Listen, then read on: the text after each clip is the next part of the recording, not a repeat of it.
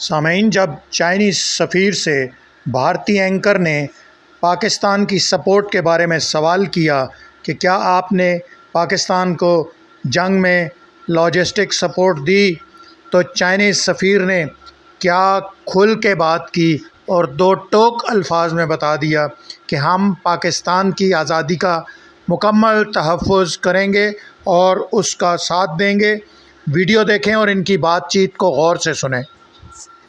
Professor Gao, there are credible media reports, there is satellite imagery to show the Chinese logistical movements, including fuel and engineering supplies, near Pakistan's northern regions. Can you categorically confirm or deny to our viewers who are watching here in India that if a situation were to escalate between India and Pakistan, that China will not come to Pakistan's aid, providing it military and logistical supplies?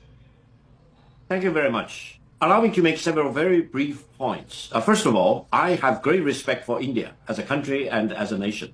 On the other hand, allow me to emphasize, the size of the Chinese economy today is about 5 times as big as India's economy. This is the reality.